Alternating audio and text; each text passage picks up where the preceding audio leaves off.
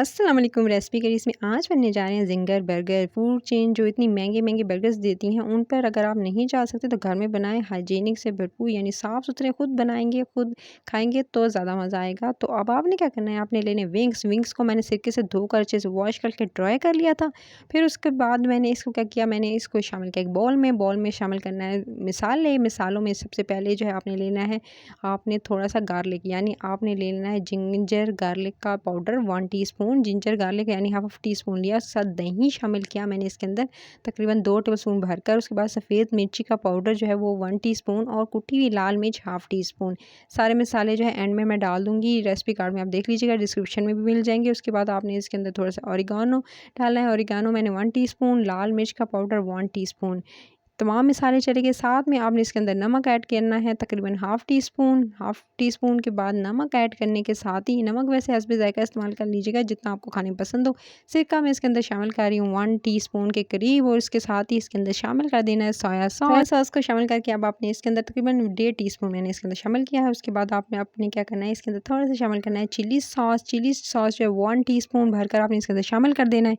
फिर जब आपने इसको मिक्स करना है बहुत अच्छे से। अच्छा, इसको जो है मिक्स करने के बाद फिर आपने इसको मैरिनेट करके रख देना है। मैरिनेशन का टाइम मैं आपको बता देती हूँ, अगर तो पूरी रात रखते हैं तो बहुत बेस्ट है, नहीं तो अगर आपके पास टाइम नहीं है और जल्दी इंस्टेंट बनाने हैं तो आप इसे क्या कीजिएगा कि आप इसको सिर्फ और सिर्फ जो है वो 2 घंटे के लिए या 3 घंटे के लिए एटलीस्ट जो है वो इसको मैरिनेट करके रख लीजिएगा और उसके बाद इसे कुक कीजिएगा। इससे बहुत अच्छे ये विंग्स बनेंगे। अच्छा, मैं मैरिनेट होने के लिए इसको छोड़ देती हूँ जब तक कि मैं ड्राई जो कोटिंग के लिए बैटर है वो रेडी करती हूँ। सबसे पहले आपने एक बॉल के अंदर आपने ले लेना मैदा, 2 कप भरकर आपने मैदे के लेने हैं।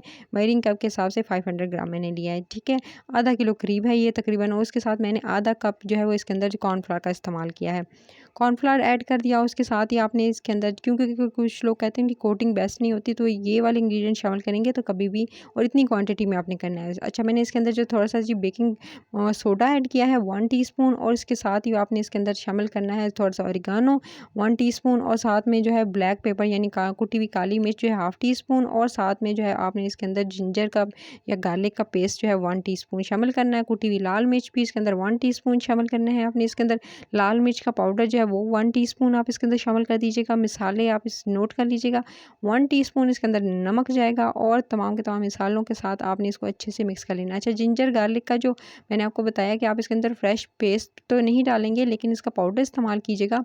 हाफ टी स्पून था जिंजर गार्लिक का जो पाउडर था, जिंजर और गार्लिक का जो पाउडर है वो आप हाफ टी स्पून लेकर इसको अच्छे से मिक्स कर लीजिएगा। और उसके बाद आपने इस ड्राई बैटर को क्या करना है, अब आपने जो आपने मैरिनेट करके रखा हुआ था आपने विंग्स को, वो आपने लेने हैं और इसको बहुत अच्छे से कोट करना है। अच्छा, जिस भी आप जो है बॉल के अंदर बनाएंगे ये ड्राई वाला मिक्सचर, वो आपका गहरा होना चाहिए ताकि आप अच्छे से कोट कर सकें। चाहे आप विंग्स बना रहे हो, चाहे आप ड्रम स्टिक बना रहे हो, आप जो है चिकन पॉपकॉर्न बना रहे हो, लेकिन आपने जो है वो मिस्टेक ये करते हैं कि आपकी जो है ऊपर लेयर्स नहीं आती हैं अच्छी सी क्रिस्पी सी। तो अब आपने इसके लिए क्या करना है, गहरा लेना है थोड़ा सा बर्तन, जिस भी बर्तन के अंदर बॉल के अंदर आप बनाएंगे, और जितनी क्वांटिटी में बताइए उतनी ही आप रखेंगे। थोड़ा ज़्यादा बैटर आपने लेना है, यानी ड्राई वाला बैटर जो है थोड़ा ज़्यादा होना चाहिए। मैदा और कॉर्नफ्लावर की क्वांटिटी सेम रखिएगा, और उसके बाद आपने अच्छे से कोटिंग करनी है और इसको अच्छे से हाथों से झटकना है, यानी अच्छे से उंगलियों से प्रेस करके उसके बाद आपने इसको जितना झटकेंगे उतनी लेयरिंग आती जाएगी।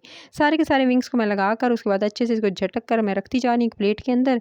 और आपने इस तरह से जी अच्छे से विंग्स को जी पहले कोट कर लेना है, और इस तरह से जी इसको अच्छे से झटक लीजिएगा तो आपकी इसके ऊपर जो है वो अच्छी सी क्रिस्पी लेयर आ जाएगी।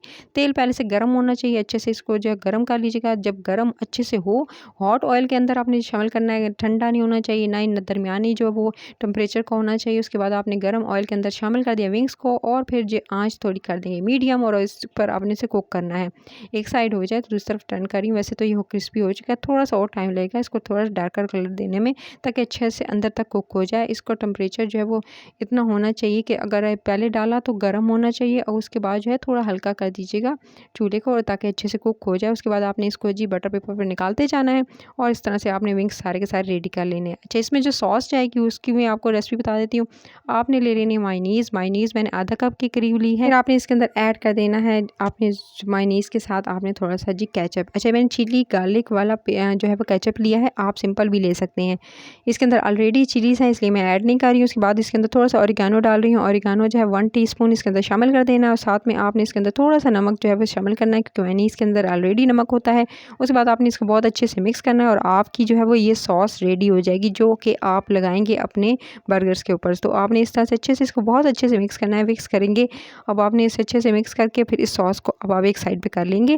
ये सॉस रेडी है, इसको आप जो है बर्गर्स पे लगा सकते हैं। उसके अलावा जो है आप जो जितने भी आप रेडी कर रहे होते हैं बर्गर की, जितनी बड़ी-बड़ी फूड चेन्स हैं, इसके अंदर सिर्फ़ और सिर्फ मैंने मस्टर्ड पेस्ट इस्तेमाल नहीं किया है, क्योंकि मैं जो हूँ वो अवॉइड करती हूँ, क्योंकि काफ़ी ऐसी रेसिपीज़ होती हैं जिसमें जो है मस्टर्ड पेस्ट का इस्तेमाल जो है वो किया जाता है, कुछ में नहीं किया जाता। अगर आपको पसंद है तो आप कर लीजिएगा, वैसे जो है मुझे पर्सनली नहीं पसंद टेस्ट, तो मैंने स्किप कर दिया। आप जो है मस्टर्ड पेस्ट जो है 1 टीस्पून इसके अंदर शामिल कर सकते हैं। अच्छा, जो बर्गर लिए हैं इसको सिंपली मैंने पैन में जो है वो बगैर कोई ऑयल लगाए, बटर लगाए, मैंने सिंपली इसको थोड़ा-सा सेक लिया था, ठीक है? तवे पे या आप इसको पैन में थोड़ा-सा सेक लीजिएगा, ऊपर नीचे से थोड़ा-सा, और उसके बाद ये फ्रेश होने चाहिए। हार्ड अगर 1 से 2 दिन गुज़र गए तो ये हार्ड हो जाते हैं, आपने फ्रेश लेने उसी दिन बनाने हैं। वैसे इसकी रेसिपी बहुत जल्द शेयर करूँगी, किस तरह से घर में आप बना सकते हैं, खुद बेक कर सकते हैं बगैर ओवन के, तो इसकी रेसिपी भी बहुत जल्द आने वाली है। चलें जी, इसको बहुत अच्छे से इस पे लगा रही हूँ, ये बटर है गाइस। अच्छा, बटर लगा रही हूँ इसके जो है यानी जो आपने जिस पे फिलिंग रखनी है ना, जिस पे चीज़ों की, यानी आपने जिस पे आपने इसको रखना है, आपने इसके ऊपर रखेंगे आप जो है वो आपने रेडी किए हुए थे ज़िंगर वो, और इसके साथ जो है आप वेजिटेबल्स रखेंगे, वो वाले पार्ट पे आपने लगाना है बटर अच्छा खासा, ठीक है? एक हिस्से पे जाएगा बटर और दूसरे हिस्से पे जाएगी आपकी सॉस। तो आपने बटर अच्छे से लगा लेना है, ठीक है? जो बेस है उस पे लगानी है बटर, उसके बाद आपने इस पे रखने खीरे। अच्छा, अपनी मर्ज़ी से आप इस पर जो है प्याज भी रख सकते हैं, टोमेटोज़ भी रख सकते हैं, खीरे रख सकते हैं, आप जो है कैप्सिकम रख सकते हैं, कैबेज रख सकते हैं, जो आपको वेजिटेबल्स पसंद हो और जो अवेलेबल हों आप रख सकते हैं। मैंने जो आज पसंद किया मैंने वो इसके ऊपर डाल दिए। चलें जी, अब आपने जो है इस पर खीरे इस तरह से कट करके अच्छे से स्लाइस्ड किए हुए इसके ऊपर रखने हैं। उसके बाद ये थोड़े से फ्रेंच फ्राइज़ थे जो मैंने तल लिए थे, तो जी अब आपने जो है इस तरह से फ्राइज़ जब उनको तल लीजिएगा, और इसके ऊपर जी आपने डाल देने फ्राइज़ को, और फ्राइज़ डाल लेने के बाद फिर आपने क्या करना है, इस तरह से डाल लेने हैं, और डालने के बाद फिर आप इस पे रखिएगा जी आपने अपना ज़िंगर जो आपने रेडी किया था, ठीक है? फ्राई किए हुए ज़िंगर रख देंगे। उसके बाद ज़िंगर को फ्राई किए हुए उसके बाद रखने के बाद फिर आपने क्या करना है, जो दूसरा पार्ट था उस पे लगानी है वो सॉस, जो आपने मायोनीज़ और टोमेटो केचप के साथ रेडी की थी। उस सॉस को आप सारी की सारी को लगाएँगे इस पर, अच्छे से स्प्रेड करेंगे, और अब आप देख सकते हैं मैं इस पर लगा रही हूँ, और इस पे लगाना है, यानी अगर आप चाहें तो आप दूसरी तरफ भी बटर लगाकर उसके बाद सॉस लगा सकते हैं, आपकी अपनी चॉइस है।